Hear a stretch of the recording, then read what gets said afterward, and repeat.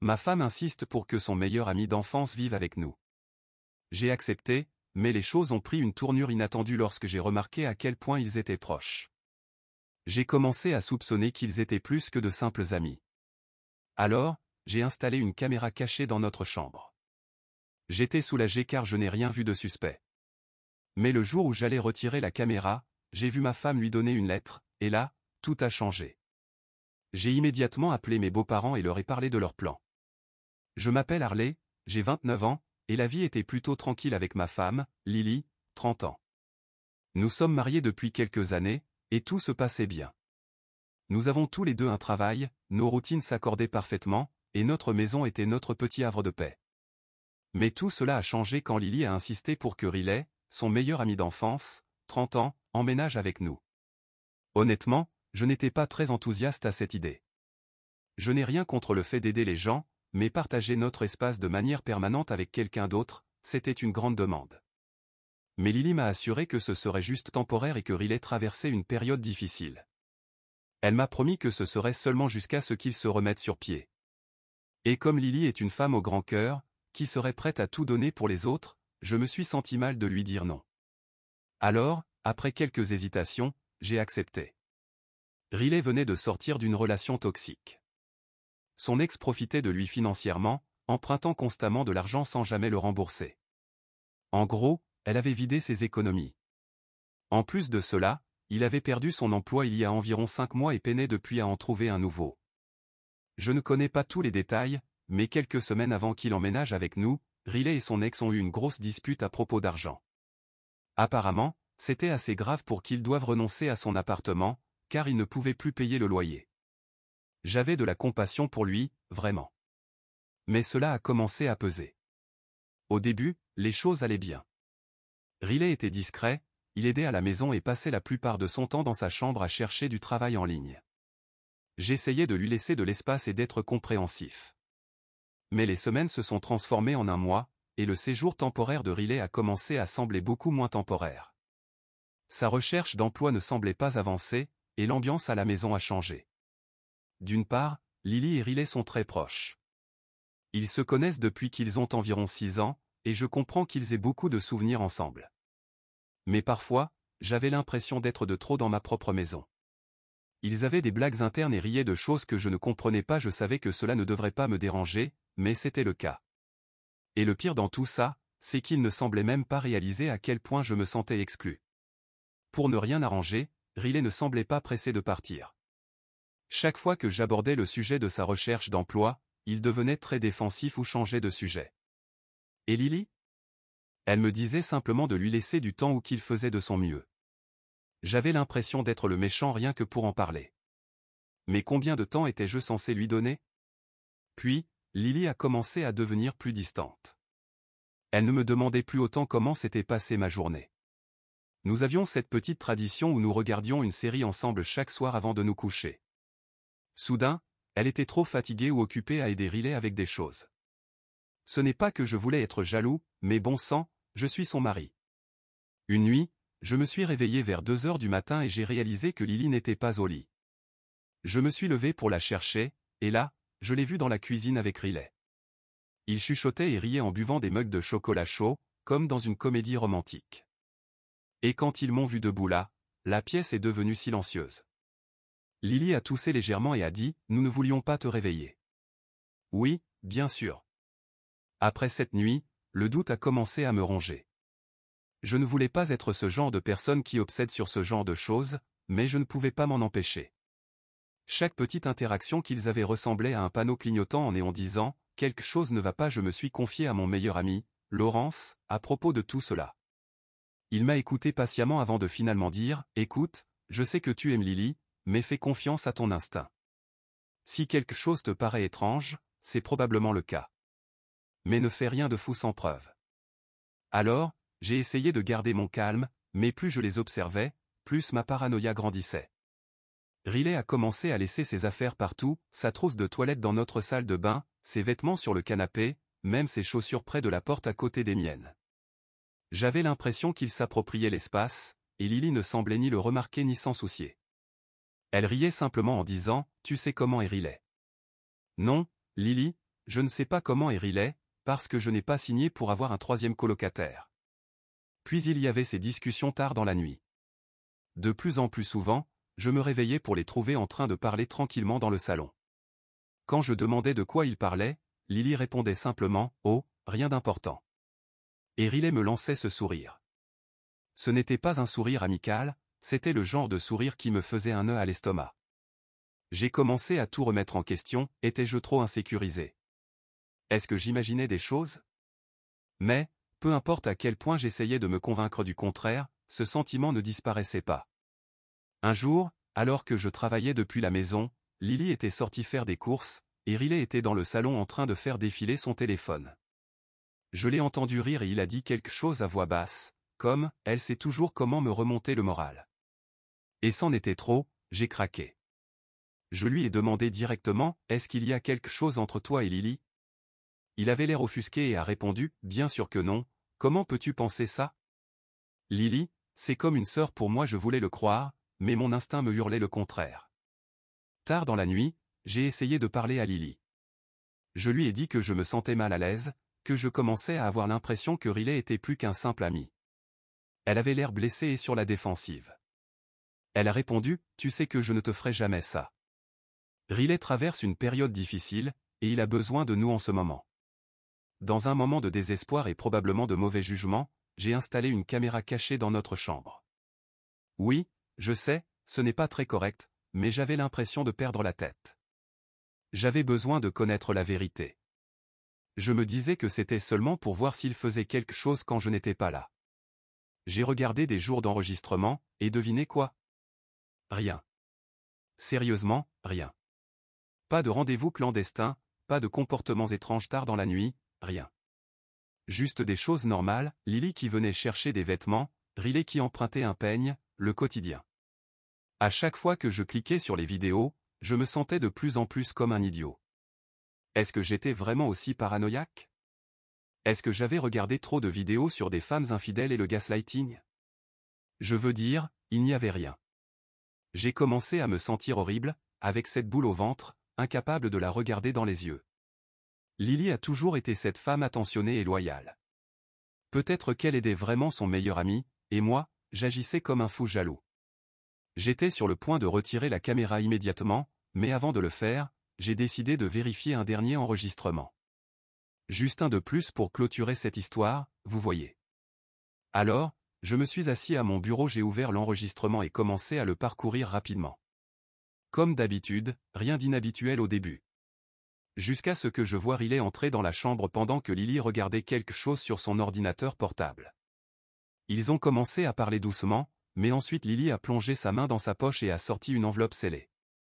Elle a regardé Riley, et il y avait cette intensité dans ses yeux.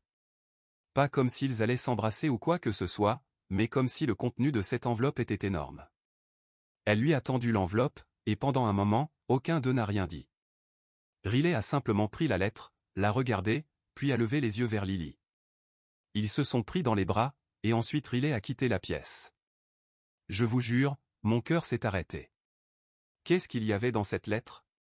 Pourquoi avais-je l'impression qu'ils partageaient un immense secret, qui allait changer leur vie, et dont je ne savais rien? Mon esprit s'est emballé.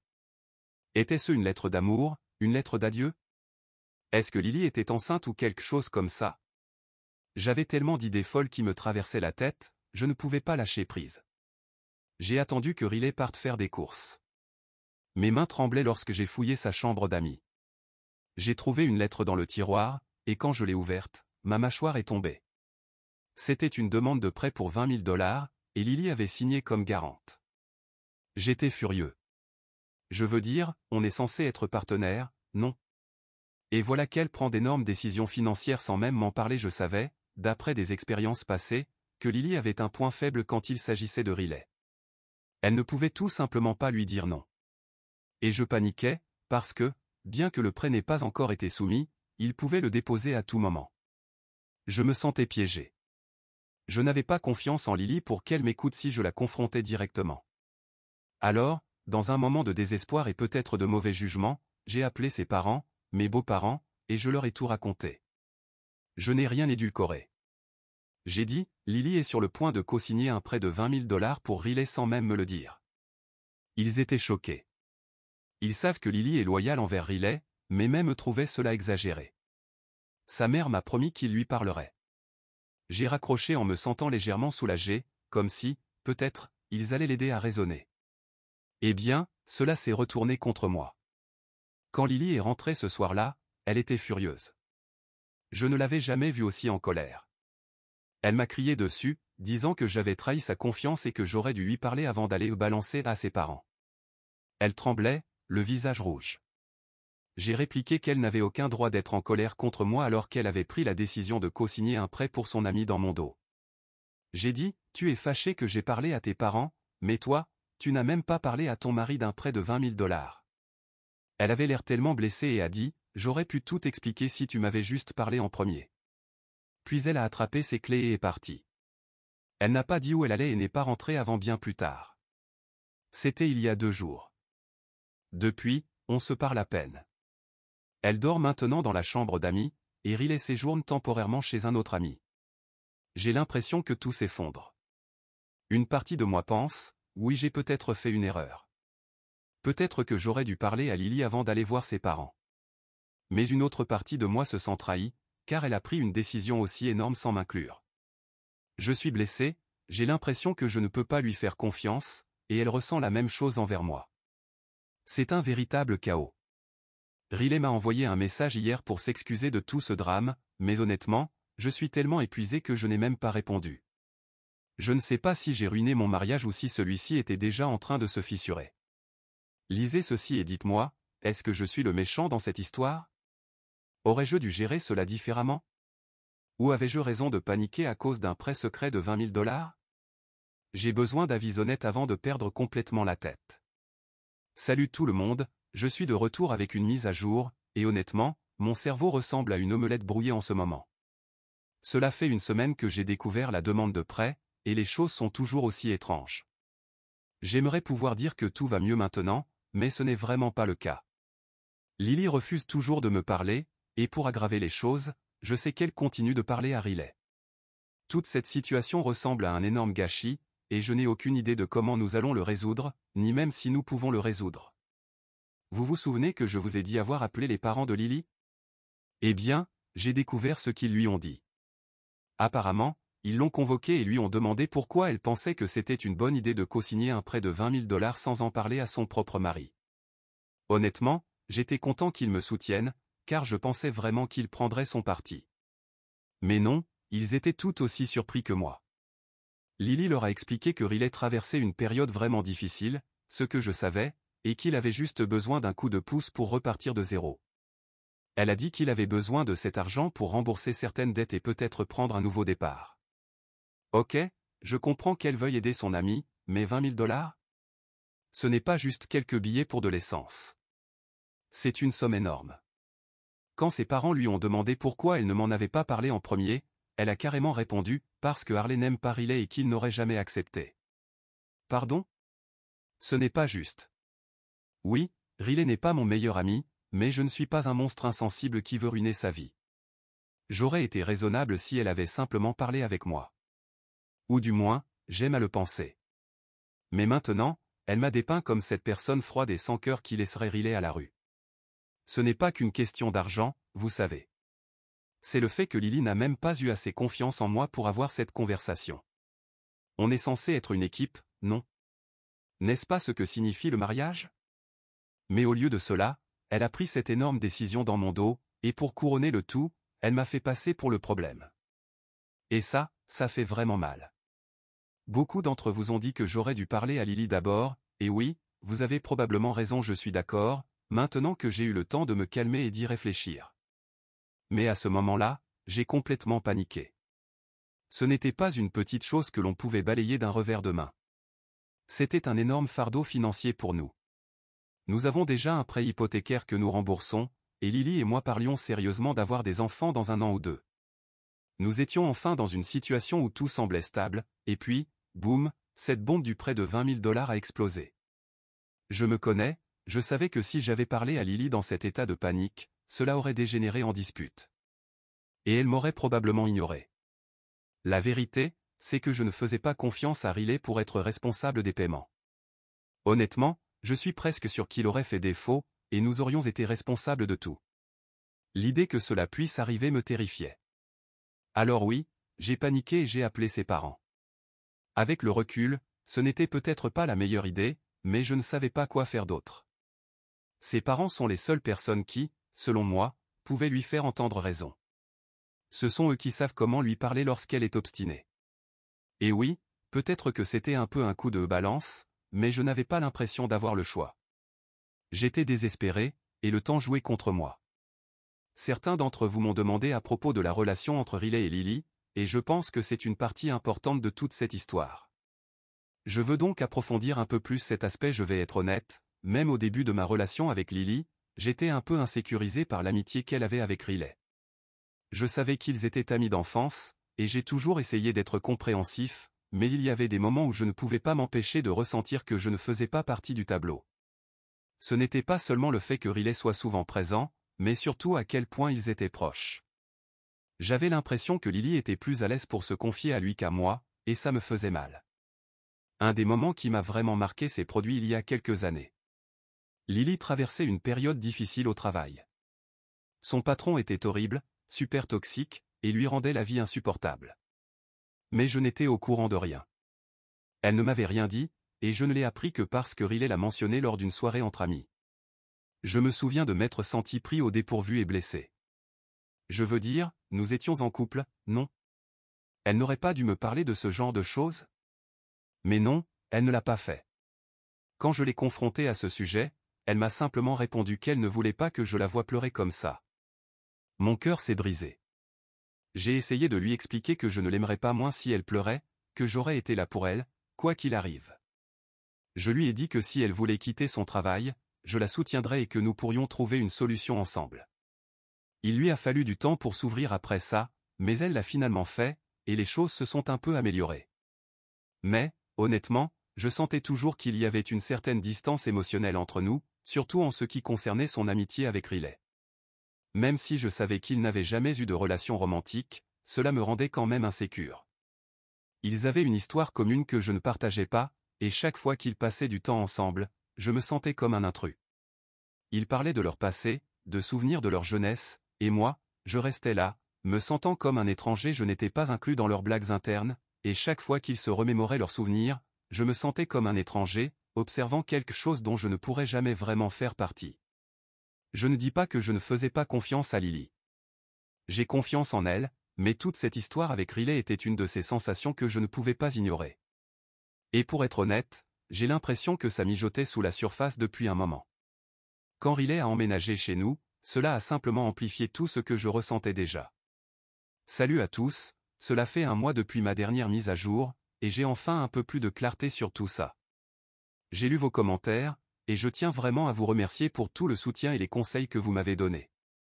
Ces dernières semaines ont été difficiles, mais j'ai l'impression que les choses commencent à aller mieux. Laissez-moi vous mettre à jour sur ce qui s'est passé. Tout d'abord, la semaine dernière, Lily a finalement décidé de me parler. Je me sentais comme si je marchais sur des œufs avec elle, et elle avait été très peu communicative ces dernières semaines. Honnêtement, je ne savais pas où nous en étions. Mais une nuit, elle est venue me voir, et nous avons enfin eu une vraie conversation. Elle m'a dit qu'elle avait été vraiment blessée que je sois allé derrière son dos pour parler à ses parents du prêt. Je comprenais totalement son point de vue, et je lui ai dit. Mais ensuite, je lui ai aussi expliqué qu'elle devait comprendre que j'avais ressenti la même douleur en découvrant qu'elle avait co-signé ce prêt pour Riley sans même m'en parler. Elle m'a écouté, et pour la première fois depuis un moment, j'ai eu l'impression que nous nous écoutions vraiment. Je lui ai demandé ce qui était arrivé à la demande de prêt, déçu de moi-même de ne pas avoir eu cette conversation plus tôt. À ce moment-là, je ne savais pas quoi penser, et honnêtement, j'avais l'impression d'avoir laissé traîner tout ça bien trop longtemps. Elle s'est aussi excusée d'avoir été si distante et m'a expliqué qu'elle avait juste besoin de temps pour tout assimiler. Je comprenais cela, mais ça faisait quand même mal après tout ce qui s'était passé. Je lui ai présenté mes excuses pour ne pas lui avoir parlé en premier de mes préoccupations. J'ai admis que j'avais paniqué et que j'aurais peut-être dû attendre et essayer de mieux communiquer. Nous avons tous les deux convenu que nous aurions dû gérer les choses différemment et que la communication était la clé. Je pense que c'était un bon moment pour nous deux de réaliser à quel point il est important de se consulter avant de prendre de grandes décisions, surtout celles qui nous concernent tous les deux. Cela ressemblait à un petit pas vers la guérison. Les choses n'étaient pas parfaites, mais elles étaient beaucoup moins tendues, et je me sentais un peu plus optimiste pour l'avenir. Puis hier, Riley est venu chercher ses affaires. Pour être honnête, j'étais nerveux à l'idée de cette conversation. J'étais encore un peu contrarié, et je ne savais pas comment j'allais réagir en le revoyant. Mais quand il est arrivé, il s'est excusé de ne pas avoir été transparent à propos du prêt et de ne pas avoir mieux communiqué avec moi. Il a dit qu'il avait réalisé qu'il aurait dû m'en parler dès le début. J'étais content qu'il dise ça. Je lui ai répondu qu'un peu de communication aurait pu éviter toute cette tension. Ce n'était pas vraiment à propos du prêt lui-même, mais du manque de transparence. Je ne voulais pas être le méchant dans cette histoire, mais j'avais besoin qu'il comprenne mon point de vue aussi. C'était un peu gênant, mais honnêtement, j'étais juste heureux d'en finir. Il n'y a pas eu de grande confrontation ni d'explosion, ce qui, honnêtement, m'a surpris. Nous avons tous les deux reconnu ce qui s'était passé et avons avancé. Je suis content que Riley parte, et je pense que c'est mieux pour nous tous. Il a ses propres problèmes à régler, et moi, j'ai mon mariage sur lequel me concentrer. Pour tous ceux qui m'ont donné des conseils, merci.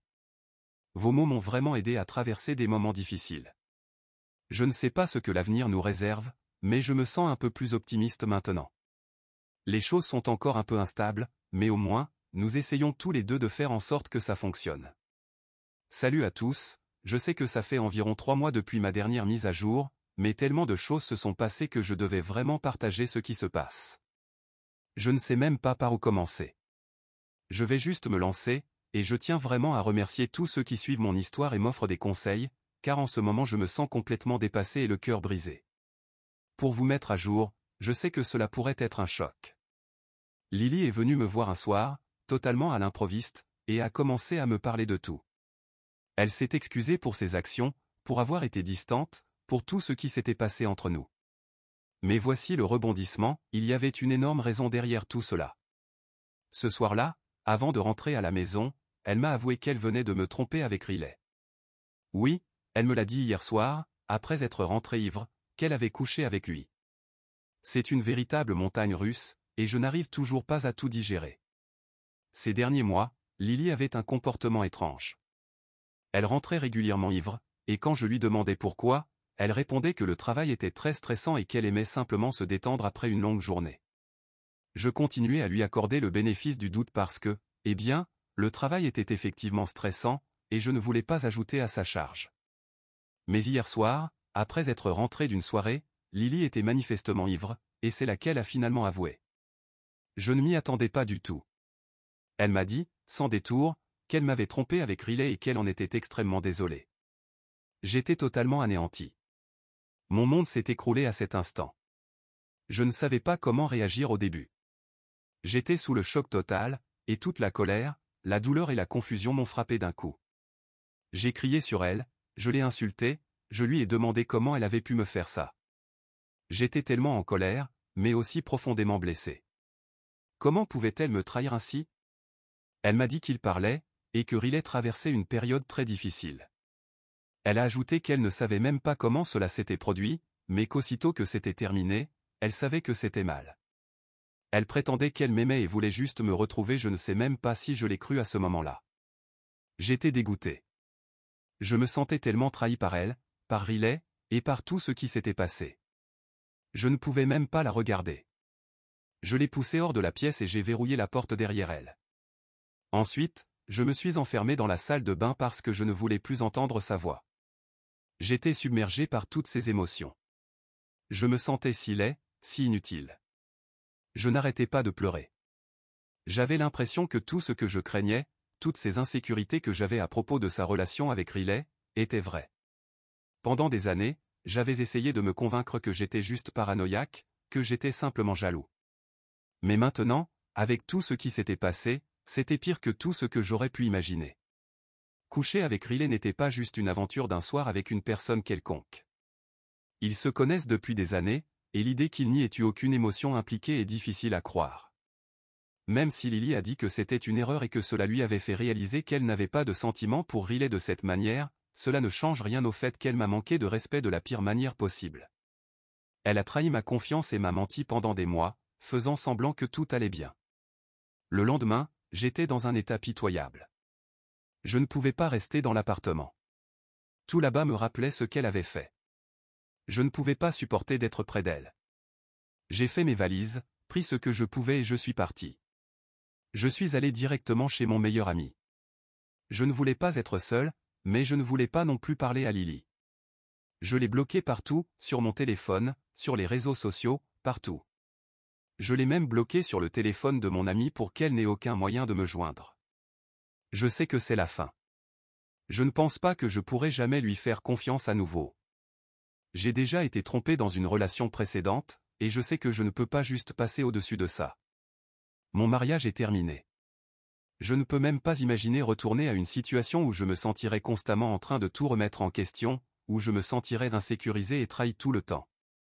Ça n'en vaut tout simplement pas la peine. J'essaie de me concentrer sur moi maintenant. Je reste chez mon meilleur ami pour l'instant, et elle a été d'un grand soutien, même si je sais qu'elle est tout aussi choquée que moi. Mais je ne veux pas continuer à ressasser le passé. J'ai besoin de temps pour guérir et pour comprendre ce que je vais faire ensuite. Je ne sais même pas quoi dire à Riley. Une partie de moi veut le confronter, mais je ne sais même pas si cela servirait à quelque chose. Je n'ai pas vraiment l'énergie pour m'en prendre à lui en ce moment. Il est tout autant à blâmer que Lily, mais pour l'instant, je me concentre davantage sur la reconstruction de ma propre vie. Merci à tous de m'avoir écouté. Je sais que certains d'entre vous suivent cette histoire depuis le début, et je vous remercie vraiment pour votre soutien. Je ne sais pas encore où aller à partir de maintenant, mais j'avais besoin de partager cela avec vous.